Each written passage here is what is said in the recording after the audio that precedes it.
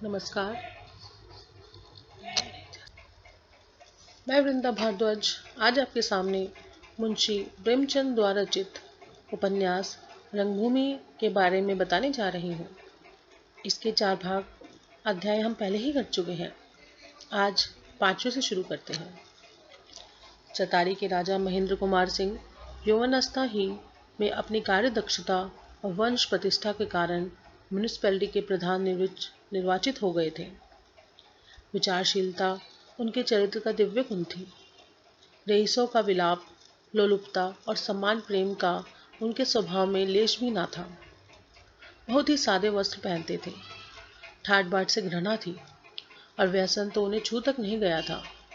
घुड़दौड़, cinema, theatre, रंग राग, सैर और शिकार, शतरंज या ताशबाजी से उन्हें कोई प्रयोजन ही ना था। हाँ, अगर कुछ प्रेम था तो उद्यान सेवा से। वह नित्य घंटे 2 घंटे अपनी वाटिका में काम किया करते थे।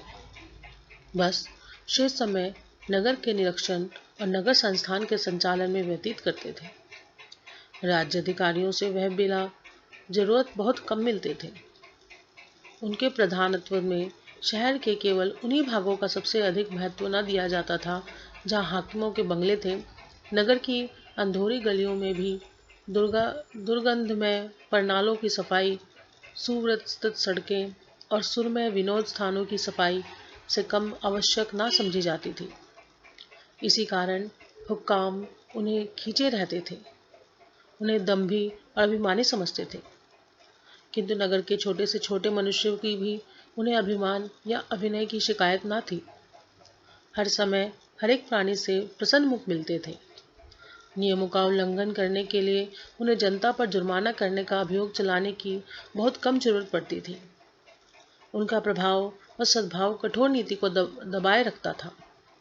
वह अत्यंत मितभाषी थे। वृद्धावस्था में मौन विचार प्रौढ़ता का द्योतक होता है और युवावस्था में विचार दारिद्र्य का। लेकिन राजा साहब का वाक् संयम इस धारणा को असत सिद्ध करता था। उनके मुंह से जो भी बात निकलती थी विचार विवेक से परिकृष्ट होती थी। एक ऐश्वर्यशाली तालुकदार होने पर भी उनकी प्रवृत्ति साम्यवाद की ओर थी। संभव है यह उनके राजनीतिक सिद्धांतों का ही फल हो, क्योंकि उनकी शिक्षा, उनका प्रभुत्व, उनकी परिस्थिति, उनका उत्स्वार्थ सब इस प्रकृति के प्रति प्रतिकूल था। पर संयम और अभ्यास ने अब इसे उनके लिए इसलिए शहर से अन्य रईस उनके सावधान रहते थे। उनके विचार में राजा साहब का जनतावाद केवल उनकी अधिकार रक्षा का साधन था। वह चिरकाल तक इस सामान्य पद का उपभोग करने के लिए यह आवरण धारण किए हुए थे।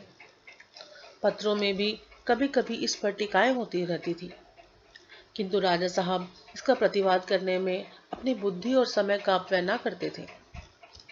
यशस्वी बनना उनके जीवन का मुख्य उद्देश्य था, पर वह खूब जानते थे कि इस महान पद पर पहुंचने के लिए सेवा और निस्वार्थ सेवा के सिवा और कोई मार्ग नहीं है। प्रातःकाल था।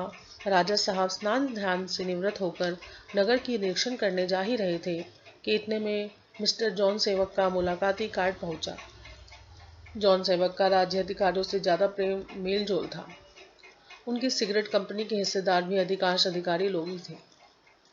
राजा साहब ने कंपनी की नियमावली देखी थी, पर जॉन सेवक से उनकी कभी भेंट न हुई थी। दोनों को एक दूसरे पर अविश्वास था, जिसका आधार अफवाहों पर होता है। राजा साहब उन्हें खुशामदी और समय सेवी समझते थे। जॉन सेवक को वह एक रहस्य प्रतीत होते थे। किंतु राजा साहब कल इंदु से मिलने गए थे। वहां सोफिया से उनकी भेंट हो गई थी। जॉन सेवक की कुछ चर्चा आ गई। उस समय मिस्टर सेवक के विषय में उनकी धारणा बहुत ही परिवर्तित हो गई थी। कार्ड पाते ही बाहर निकल आए और जॉन सेवक से हाथ मिलाकर अपने दीवान खाने में ले गए। जॉन सेवक को वह किसी योगी की कुटी का सा मालूम हुई, जहाँ अलंकार सजावट का नाम भी ना था। चंद कुर्सियों और एक मेज के सिवा वहां कोई सामान ना था। हाँ, कागजों और समाचार पत्रों का एक ढेर मेज पर तितर बितर पड़ा था। हम किसी से मिलते हैं अपने सूक्ष्म बुद्धि से जान जाते हैं कि हमारे विषय में उसके क्या भाव हैं। मिस्टर सेवक को एक क्षण तक मुंह खोलने का साहस न हुआ और समयोचित भूमिका ना सूझती थी। एक पृथ्वी से और दूसरा आकाश से इस अगम्य सागर को पार करने की सहायता मांग रहा था। राजा साहब को भूमिका तो सूझ गई थी। सोफी के देवोपम, त्याग और सेवा की प्रशंसा से बढ़कर और कौन सी भूमिका होती। किंतु कतिपय मनुष्य को अपनी प्रशंसा सुनने से जितना संकोच होता है, उतना ही किसी दूसरे की प्रशंसा करने से होता है। जॉन सेवक में यह संकोच न था। वह निंदा और प्रशंसा दोनों ही करने में समान रूप से कुशल थे। बोले, आपके दर्शनों की बहुत दिनों से इच्छा थी, लेकिन परिचय न होने के कारण न आ सकता था। और साफ बात यह है कि आपके विषय में अधिकारियों के मुख से ऐसी ऐसी बातें सुनता था जो इस इच्छा को व्यक्त न होने देती थी। लेकिन अब आपने निर्वाचन क्षेत्रों को सुगम बनाने में जिस विशुद्ध देश प्रेम का परिचय दिया है, उसने हकीमों की मिथ्याक्षेपों को कले ही खोल दी है। अधिकारियों के मिथ्याक्षेपों की चर्चा करके जॉन सेवक ने अपने वाक चातुर्य को सिद्ध कर दिया। राजा साहब की सहानुभूति प्राप्त करने के लिए इससे सुलभ उपाय कोई था ही नहीं। राजा साहब को अधिकारियों से यही शिकायत थी। इसी कारण उन्हें अपने कार्य को संपादन में कठिनाई पड़ती थी, विलंब होता था, बाधाएं उपस्थित होती थी। बोले, यह मेरा दुर्भाग्य है कि हुक्काम पर मुझ पर इतना अविश्वास करते हैं। मेरा अगर कोई अपराध है तो बस इतना ही कि जनता के लिए भी स्वास्थ्य और सुविधाओं को उतना ही आवश्यक समझता हूँ जितना कि हुक्काम और रईसों के लिए। मिस्टर सेवक ने कहा, महाशय, इन लोगों के दिमाग को कुछ ना पूछिए। संसार इनके उपयोग के लिए और किसी को इसमें जीवित रहने का भी अधिकार नहीं है। जो प्राणी इनके द्वार पर अपना मस्तक न घिसे वह अपवादी है, अशिष्ट है, राजद्रोही है। और जिस प्राणी में राष्ट्रीयता का लेश मात्र भी आभास हो, विशेषतः वह जो यह कला कौशल और व्यवसाय और पुनर्जीवित करना चाहता हो, दंडनीय है। राष्ट्र सेवा इनकी दृष्टि में सबसे अधम पाप है। आपने मेरे सिगरेट के कारखाने की नियमावली तो देखी ही होगी। महेंद्र जी ने कहा, हाँ, देखी थी। जॉन सेवक ने कहा, नियमावली का निकलना चाहिए। कहिए कि एक सिरे से अधिकारी वर्ग की निगाहें मुझ पर फिर गई है। मैं उनका कृपा भाजन था। कितने ही अधिकारियों से मेरी मैत्री थी, किंतु उसी दिन से उनकी बिरादरी से टाट बाहर कर दिया। मेरा हुक्का पानी बंद हो गया। उनकी देखा देखी हिंदुस्तानी हुक्काम और रईसों ने भी आनाकानी शुरू कर दी। अब मैं उन लोगों की दृष्टि में शैतान से ज़्यादा भयंकर हूँ। इतनी लंबी भूमिका के बाद जॉन सेवक ने अपने मतलब पर आए बहुत सकुचाते हुए अपना उद्देश्य प्रकट किया। राजा साहब मानव चरित्र के ज्ञाता थे। बड़े बने हुए तिलकधारियों को खूब पहचानते थे। उन्हें मुगलता देना आसान न था, किंतु समस्या ऐसी आ पड़ी थी कि उन्हें अपनी धर्म रक्षा के हेतु अविचार की शरण लेनी पड़ी। किसी दूसरे अवसर पर यह इस प्रस्ताव की ओर आंख उठाकर भी ना देखते। एक दीन दुर्बल अंधे की भूमि को, जो उसके जीवन का एकमात्र आधार हो, उसके कब्जे से निकालकर एक व्यवसायी को दे देना उनके सिद्धांत के विरुद्ध था। पर आज पहली बार उन्हें अपने नियम का ताक पर रखना पड़ा, यह जानते हुए कि मिस सोफिया ने उनके एक निकटतम संबंधी की प्राण की रक्षा की है। यह जानते हुए कि जॉन सेवक के साथ सद्व्यवहार करना कुंवर भर सिंह को एक भारी ऋण से मुक्त कर देगा, वह इस प्रस्ताव को अवहेलना न कर सकते थे। कृतज्ञता हमसे वह सब कुछ करवा देती है जो नियम की दृष्टि से त्याज्य है। यह वह चक्की है जो हमारे सिद्धांतों और नियमों को पीस डालती है। आदमी जितना भी निष्प्रय होता है, उपकार का बोझ उसे उतना ही असहाय होता है। राजा साहब ने इस मामले को जॉन सेवक से कह दिया और इच्छानुसार तय कर देने का वचन दिया। और मिस्टर सेवक अपनी सफलता पर फूले हुए घर आए। स्त्री ने पूछा, क्या तय कराए? जॉन सेवक ने कहा, वही जो तय करने गया था। स्त्री ने कहा, शुक्र है, मुझे आशा न थी। जॉन सेवक ने कहा, यह सब सोफी के एहसान की ही बरकत है, नहीं तो यह महाशय सीधे मुंह बात तक नहीं करते। यह उसी के आत्मसमर्पण की शक्ति है जिसने महेंद्र कुमार सिंह जैसे अभिमानी और बेमुरौत आदमी को नीचा दिखा दिया। ऐसे तपाक से मिले मानो मैं उनका पुराना दोस्त हूँ। यह असाध्य कार्य था और सफलता के लिए मैं सोफी का आभारी हूँ। मिसेस सेवक ने क्रुद्ध होकर कहा, तो तुम जाकर उसे लिवा लाओ। मैंने तो मना नहीं किया। मुझे ऐसी बातें क्यों बार बार सुनाते हो? मैं तो अगर प्यासी मरती भी रहूंगी तो उससे पानी ना मांगूंगी। मुझे लल्लो चप्पो नहीं आती। जो मन में है वही मुख में है। अगर वह खुदा से मुंह फेरेगी, अपनी टेक पर दृढ़ रह सकती है, तो मैं भी अपने ईमान पर दृढ़ रहते हुए उसकी खुशामद क्यों करूं? प्रभु सेवक ने कहा, नित्य एक बार सोफिया से मिलने जाया करते थे। कुंवर साहब और विनय दोनों ही विनयशीलता और शालीनता में उसे मंत्रमुग्ध कर दिया था। कुंवर साहब गुणज्ञ थे। उन्होंने पहले ही दिन एक निगाह में ताड़ लिया था कि वह साधारण बुद्धि का युवक नहीं है। उस पर शीघ्र ही प्रकट हो गया कि उसकी स्वाभाविक रुचि साहित्य दर्शन की ओर है। वाणिज्य और व्यापार से इसे उतनी ही भक्ति है जितनी विनय की जमींदारी से। इसलिए वह प्रभु सेवक से प्राय साहित्य और काव्य आदि विषयों पर वार्तालाप किया करते थे। वह उनकी प्रवृत्तियों और राष्ट्रीयता के भावों से अलंकृत कर देना चाहते थे। प्रभु सेवक को ज्ञात हो गया था कि यह महाशय काव्य कला के मर्मज्ञ है। उसे वह स्नेह हो गया था जो कवियों को रसिक जनों से हुआ करता है। उसने इन्हें अपनी कई काव्य रचनाएं सुनाई और उनकी उदार अभिरचनाओं से उस पर एक नशा सा छा गया। वह हर वक्त रचना विचार में निमग्न रहता। यह शंका और नैराश्य जो प्राय नवीन साहित्य सेवियों को अपनी रचनाओं के प्रचार को सम्मान के विषय में हुआ करता है, कुंवर साहब के प्रोत्साहन के कारण विश्वास और उत्साह के रूप में परिवर्तित हो गया था। वहीं प्रभु सेवक जो पहले हफ्तों कलम न उठाता था, अब एक एक दिन में कई कविताएं रच डालता था।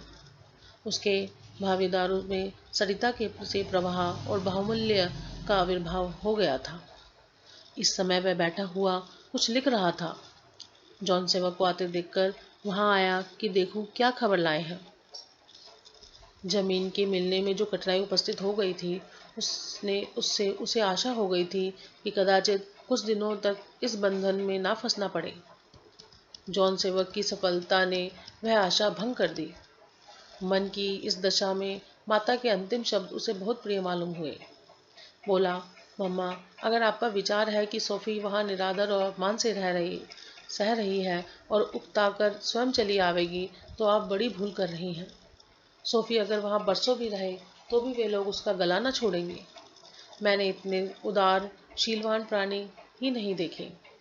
हाँ, सोफी का आत्माभिमान इसे स्वीकार न करेगा कि वह चिरकाल तक उनके आतिथ्य और सज्जनता का उपभोग करे। इन 2 सप्ताह में वे जितनी क्षीण हो गई थी, उतनी महीनों बीमार रहकर भी ना हो सकती थी। उसे संसार के सब सुख प्राप्त हैं, किंतु जैसे कोई शीत प्रधान देश का पौधा उष्ण देश में जाकर अनेकों यत्न करने पर भी दिन दिन सूखता जाता है, वैसे ही दशा उसकी भी हो गई है।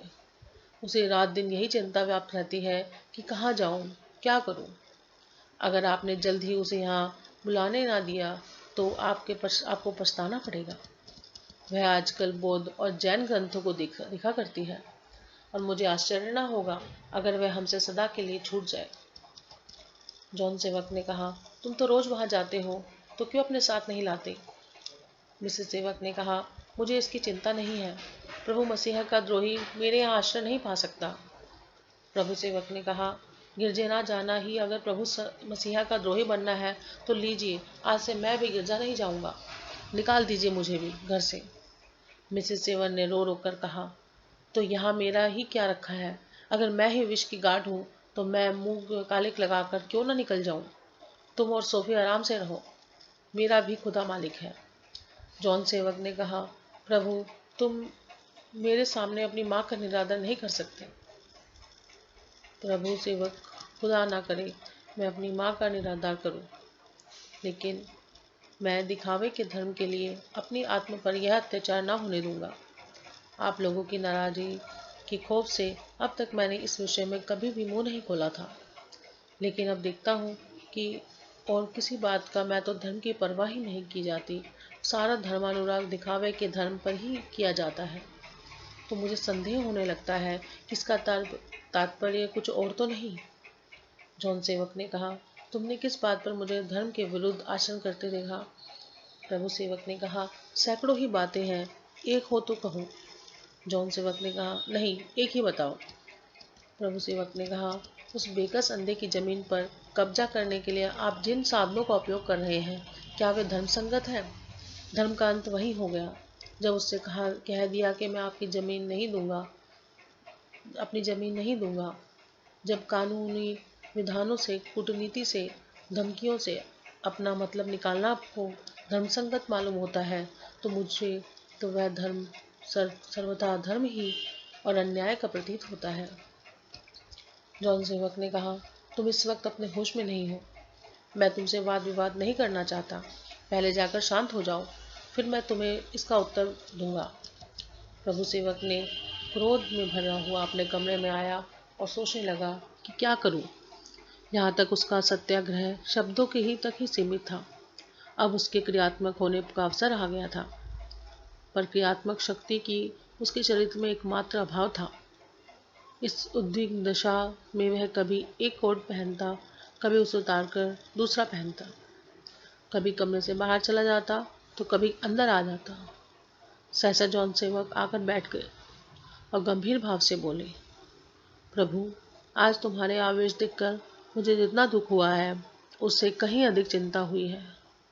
मुझे अब तक तुम्हारी व्यवहारिक बुद्धि पर विश्वास था, पर अब विश्वास उठ गया है। मुझे निश्चय था कि तुम जीवन और धर्म के संबंधों को भली भांति समझते हो, पर अब ज्ञात हुआ सोफी और अपनी माता की भांति तुम भी भ्रम में पड़े हुए हो। क्या तुम समझते हो कि मैं और मुझ जैसे हजारों आदमी जो नित्य गिरजा जाते हैं, भजन गाते हैं, आंखें बंद करके ईश प्रार्थना करते हैं, धर्मानुराग में डूबे हुए हैं? कदापि नहीं। अगर अब तक तुम्हें मालूम नहीं हुआ, तो मालूम हो जाना चाहिए कि धर्म केवल स्वार्थ संगठन है। संभव है तुम्हें ईसा पर विश्वास हो, शायद तुम उनका खुदा का या बेटा या कम से कम महात्मा समझते हो, पर मुझे तो यह भी विश्वास नहीं है। मेरे हृदय में उनके प्रति उतनी श्रद्धा है जितनी किसी मामूली फकीर के प्रति। उसी प्रकार फकीर भी दान और क्षमा का महिमा गाता फिरता है, परलोक के सुखों का राग गाया करता है। वह भी उतना ही त्यागी, उतना ही दीन, उतना ही धर्मरत है। लेकिन इतना विश्वास होने पर भी मैं रविवार को 100 काम छोड़कर गिरजा अवश्य जाता हूँ। ना जाने से अपने समाज में अपमान होगा, उसका मेरा व्यवसाय पर बुरा असर पड़ेगा, फिर अपने ही घर में अशांति फैल जाएगी। मैं केवल तुम्हारी माता की खातिर से अपने ऊपर यह अत्याचार करता हूँ, और तुमसे भी मेरा यही अनुरोध है कि व्यर्थ के दुराग्रह ना करो। तुम्हारी माता क्रोध के योग्य नहीं, दया के योग्य है। बोलो, तुम्हें कुछ कहना है? प्रभु सेवक ने कहा, जी नहीं। जॉन सेवक ने कहा, अब तो फिर इतनी उछलता ना करोगे ना? प्रभु सेवक ने मुस्कुराकर कहा, जी नहीं। शेष हम अगले अध्याय में करेंगे। अगर आपको ये उपन्यास अच्छा लगा हो तो इसे लाइक और सब्सक्राइब जरूर कीजिएगा। धन्यवाद।